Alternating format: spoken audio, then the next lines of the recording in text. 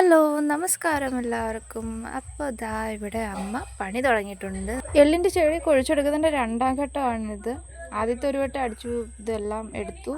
ഇപ്പോൾ ഉള്ളതെല്ലാം ഇച്ചിരിയേ ഉള്ളൂ. ഈ കെട്ടി വെച്ചേക്കുന്നതാണ് എള്ളിൻ്റെ ചെടി. ഇതിൻ്റെ 2 കെട്ട് മതി കേട്ടോ. നമ്മുടെ ചോറ് ഒരു കറിയും വേവാനായിട്ട് ഇതിൻ്റെ 2 കെട്ട് മതി. നിങ്ങൾ പറഞ്ഞ ചിലപ്പോൾ വിശ്വാസം വരത്തില്ല, പക്ഷേ ഇത് സത്യമാണ്.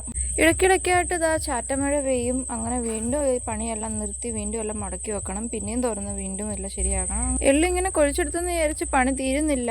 ഇനി അതിൻ്റെ വേസ്റ്റ് വേറെ ആക്കണം, എള്ള് വേറെ ആക്കണം. അതും ഞാൻ നിങ്ങളെ കാണിച്ചു തരാം.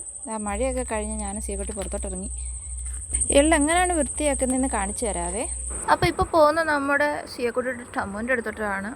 അതുകൊണ്ട് അമ്മ ഒരു ചെറിയ കാറ്റിന് വേണ്ടി നോക്കി നിൽക്കുന്നതാണ് ഈ കാണുന്നത്. എന്താണ്ട് ഇതുപോലാണ് വേർതിരിച്ചെടുക്കുന്നത്. ആ കറുത്ത് കിടക്കുന്നതാണ് എള്ള്. ചെറിയൊരു കാറ്റടിക്കാൻ വേണ്ടി വെയിറ്റ് ചെയ്ത് നിൽക്കുക അമ്മ.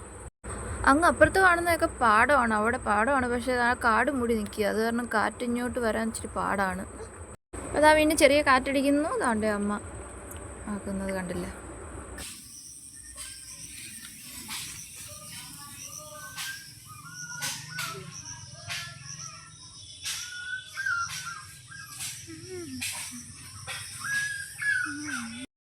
വലിയ കാറ്റൊന്നും വേണ്ട കേട്ടോ, ചെറിയൊരു കാറ്റടിച്ചാൽ മതി. അപ്പോഴേ ഇത് രണ്ടും സെപ്പറേറ്റ് ആയിട്ട് വീഴും. വേസ്റ്റും വേറെയാവും, നമ്മുടെ എള്ളും വേറെയാവും.